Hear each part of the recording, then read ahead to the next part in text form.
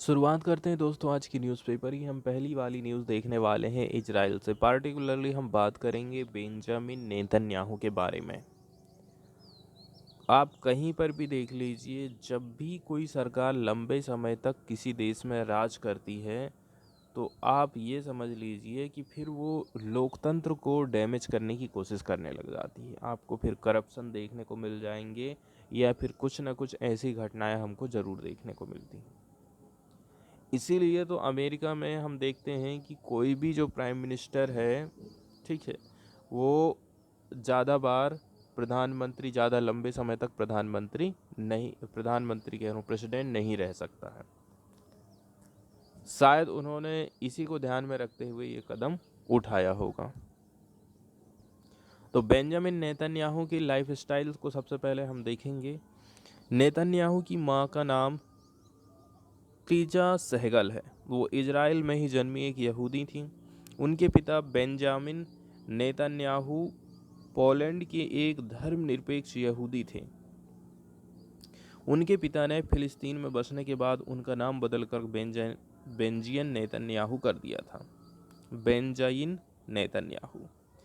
Netanyahu का जन्म 1949 में जाफा में हुआ था और बाद में उनका पालन पोषण यरूशलेम में हुआ और वे अमेरिका के हाई स्कूल में पढ़ाई करने के लिए गए।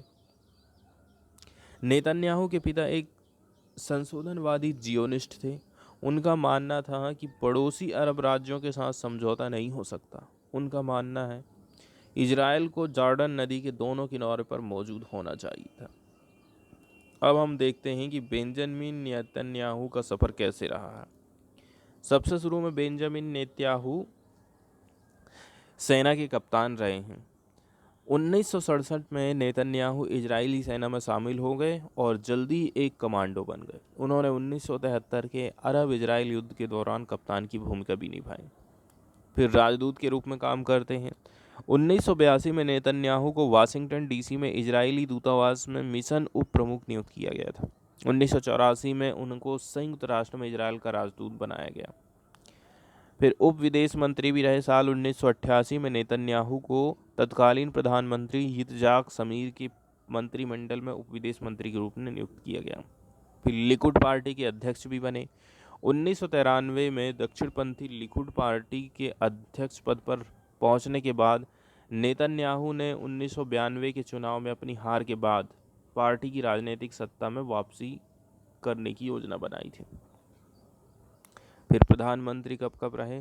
1996 से 99 तक और 2009 से 2021 तक 12 साल के कार्यकाल का रिकॉर्ड बनाया। आज प्रधानमंत्री के रूप में छठा कार्यकाल इनका चल रहा है।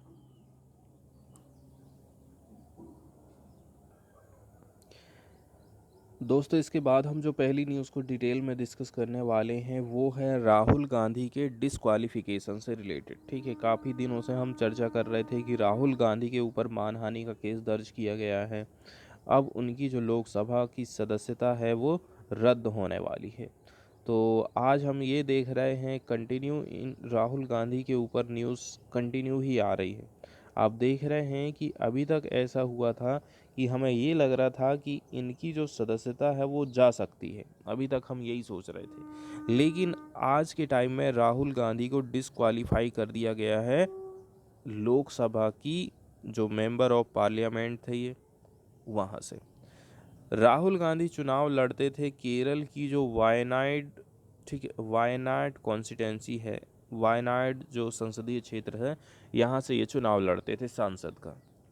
आज के टाइम में इनको डिस्क्वालीफाई कर दिया गया है। अब चूंकि इनको 2 साल की जेल हो गई है, 2 साल की जेल की सज़ा सुनाई गई है। जब भी किसी व्यक्ति को 2 साल की सज़ा मिनिमम सुनाई जाती है तो उसको डिस्क्वालीफाई कर दिया जाता है। कहाँ से? उसकी विधानसभा की सदस्यता चली जाएगी, उसकी लोकसभा की सदस्यता चली जाएगी। इसके साथ साथ में आने वाले 6 साल के लिए, ठीक है, आने वाला जो 6 साल है, 6 साल तक राहुल गांधी चुनाव नहीं लड़ पाएंगे। तो कुल मिलाकर के इनकी जो सज़ा हो गई है 2 + 6 = 8 साल तक। ठीक है, तो कुल मिलाकर के इनको 8 साल की सज़ा मिल गई है। अब इनको जो सज़ा दी गई है वो आईपीसी की जो धारा है 499 और 500 के अंतर्गत दी गई है। 499 मानहानि के बारे में हमको बताती है। मानहानि के अंतर्गत हम लिखित में या फिर मौखिक में किसी व्यक्ति के मान सम्मान को या फिर प्रतिष्ठा को हम गिराने की यदि कोशिश करेंगे, उसको क्षति पहुंचाने की कोशिश करेंगे, तो मानहानि का केस आपके ऊपर दायर किया जा सकता है। इसमें अधिकतम जो सज़ा होती है मैक्सिमम 2 साल की सज़ा है। इसके साथ साथ में आपके ऊपर जुर्माना भी लगाया जाएगा या फिर दोनों ही चीज़ें हो सकती हैं। अब राहुल गांधी ने जो बात कही थी उसको बीजेपी ने जातिवाद से जोड़कर देखा है। उनका कहना है कि जो मोदी जाति है उसके ऊपर राहुल गांधी आरोप लगा रहे हैं कि मोदी की जो जाति है वो चोर है। मतलब जो मोदी है, सभी मोदियों का क्या हुआ है, यहाँ पर मानहानि हुई है या फिर डिफेमेशन, अवमानना हुई है। तो इसी को लेकर के उनके ऊपर केस दर्ज कर दिया गया है। अब 2019 में ये बात राहुल गांधी ने बोला था कि भारत में हम देखे थे ना, तो 2-4 जो मोदी लोग थे उन्होंने पैसा हड़पा है और भारत से भाग गए। इसी के ऊपर उन्होंने ये बात कही थी। अब लेकिन ये बात उनके ऊपर उल्टी पड़ गई। 2019 कब का चला गया है, आज ये 2023 चल रहा है। अब जा कर के आप केस दर्ज कर रहे हैं और 2024 में चुनाव होने वाला है प्रधानमंत्री का। ऐसे टाइम में वो भी विपक्ष के लीडर को जेल में डालना ना एक प्रकार से क्वेश्चन खड़ा करता है। तो राहुल गांधी को डिस्क्वालीफाई कर दिया गया है as a MP member of parliament. Congress ने इसको डेमोक्रेसी का काला दिन कहा है। राहुल गांधी का कहना है, मैं लड़ाई लड़ रहा हूँ, इंडिया की आवाज़ को उठा रहा हूँ। आई एम रेडी टू पे एनी प्राइस, ऐसा कहना है राहुल गांधी का कहना है, मैं हर कीमत को पे करने के लिए तैयार हूँ। Congress accuses ruling party of trying to silence him and other opposition leader and announces nationwide agitation. BJP says the decision is legal. BJP अपने निर्णय को लीगल बता रही है, वहीं कांग्रेस और जो अन्य पार्टियां हैं उनका कहना है कि सरकार हम लोगों को बोलने की आज़ादी छीन रही है, हम लोगों को बोलने नहीं देती है, अपोजिशन के लीडर को भी दबाने का काम करती है।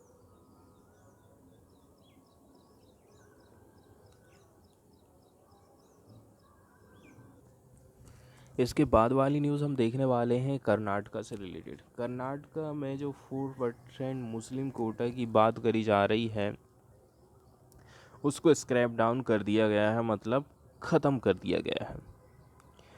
Reservation meant for minority community distributed equally between Lingayat and Vokkaligas. Economically backyard Muslim will have to compete in 10% EWS pool, announces Bombay. Bombay की तरफ से क्या कहा गया है, रिजर्वेशन का मतलब है माइनॉरिटी कम्युनिटी,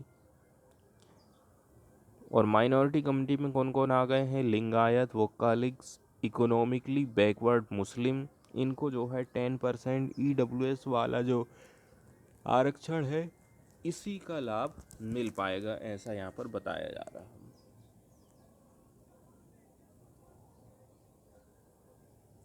तो एक प्रकार से गेम चेंजर हो सकता था कर्नाटक की लेजिस्लेटिव असेंबली इलेक्शन, जो कि शेड्यूल किया गया है अप्रैल मई इसी साल में। Ruling Bharatiya Janata party government ने स्क्रैप डाउन कर दिया है 4% के जो रिजर्वेशन है जो कि मुस्लिमों को दिया जा रहा था under 2B of the OBC classes category, and distribute कर दिया है इसको 2 डोमिनेंट कमिटीज़ में, वीर साइवा और लिंगायत और वोकालीगास।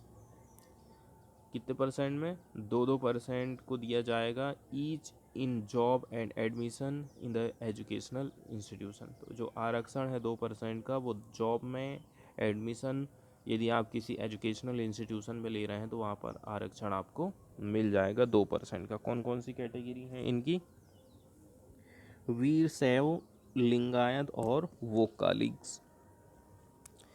तो स्टेट की कैबिनेट के डिसीजन के हिसाब से यदि हम देखें तो जो कोटा है under the newly created category of 2C और 2D, किन के बीच में, बैकवर्ड क्लासेस, वोकलिक और वैर शैव लिंगायत, इसको इंक्रीज़ कर दिया गया है 4% से 6%। पहले 5% था, उसको बढ़ा करके 7% कर दिया गया। मतलब दो जो कैटेगरी है, पहली हम बात कर रहे हैं वोकालिक्स की, तो 4 से 6 कर दिए। वीर शैवा लिंगायत की 5 से 7% कर दिया गया है। Chief minister Basavaraj Mumbai who preceded over the cabinet meeting on Friday, तो कैबिनेट की जो मीटिंग चल रही थी उसकी अध्यक्षता कर रहे थे यहाँ के जो चीफ मिनिस्टर हैं बसवराज बोम्मई। उन्होंने क्या कहा है, एक मिनट, बार बार ये बैक हो जा रहा है।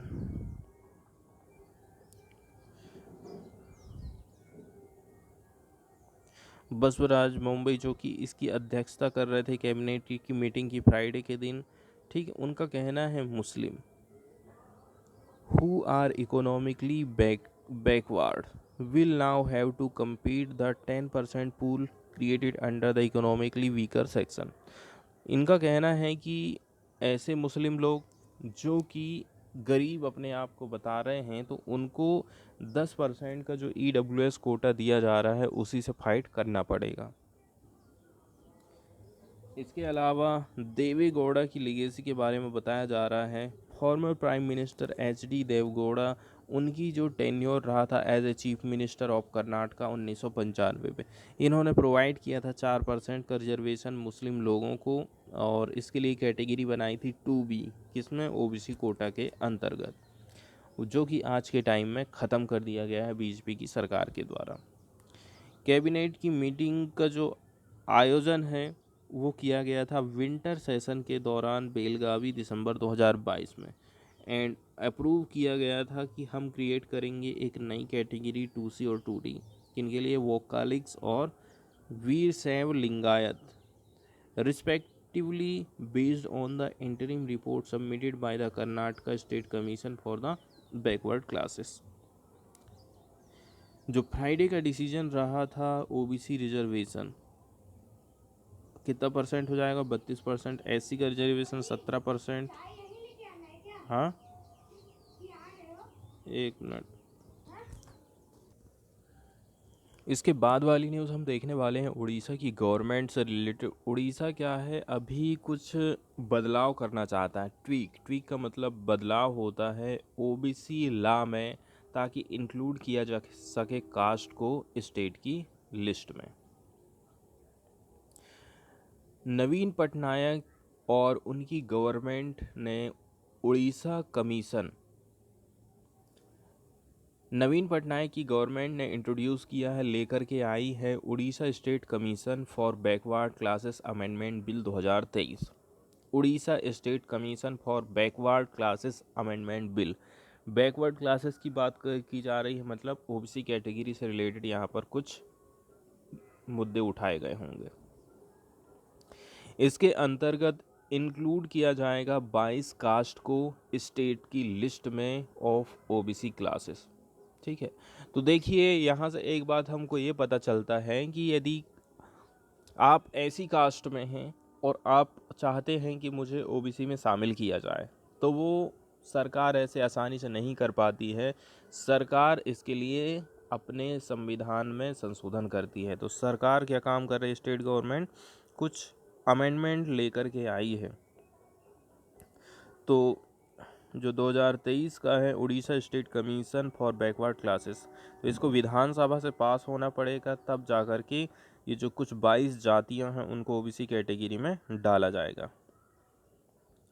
स्टेट गवर्नमेंट ने प्रपोज किया था इस अमेंडमेंट हम करेंगे sector 9 of the act by inserting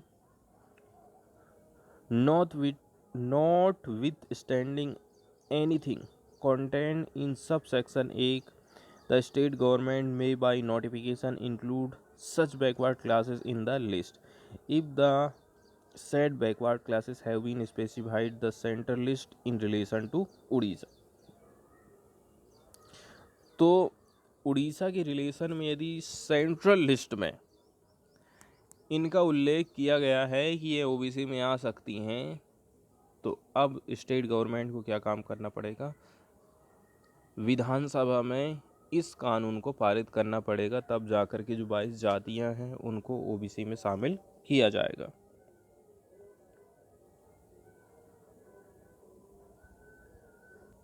तो अब हम देख रहे हैं कि इस प्रकार का यदि संशोधन किया जाता है तो इसके माध्यम से जो स्टेट गवर्नमेंट है वो इंक्लूड कर पाएगी, शामिल कर पाएगी उन जातियों को, ठीक है, जो कि सोशली और एजुकेशनली बैकवर्ड की लिस्ट में आते हैं एक नोटिफिकेशन के माध्यम से।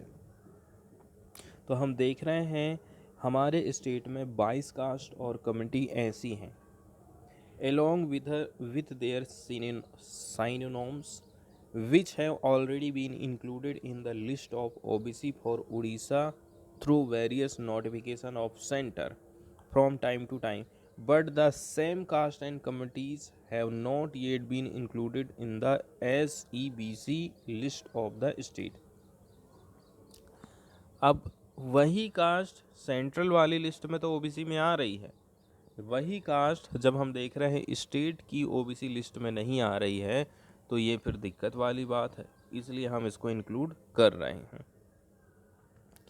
आगे इनका कहना है कि देखिए जितनी भी जो सोशल वेलफेयर उपाय हम कर रहे हैं, जितने भी बेनिफिट इस प्रकार से उनको मिल पा रहे हैं जो कि बिलोंग होते हैं बैकवर्ड क्लासेस इन उड़ीसा से, ऐसा प्रपोज किया जा रहा है, ऐसा अनुमान लगाया जा रहा है कि इस अमेंडमेंट के माध्यम से ये नेसेसरी हो जाएगा Orissa state commission of backward classes act 1993, so that under the special circumstances the state government through notification can include any classes of citizen as a backward classes in the state list। अब इस कानून के माध्यम से सरकार जिसको भी चाहेगी ओबीसी की कैटेगरी में डाल पाएगी।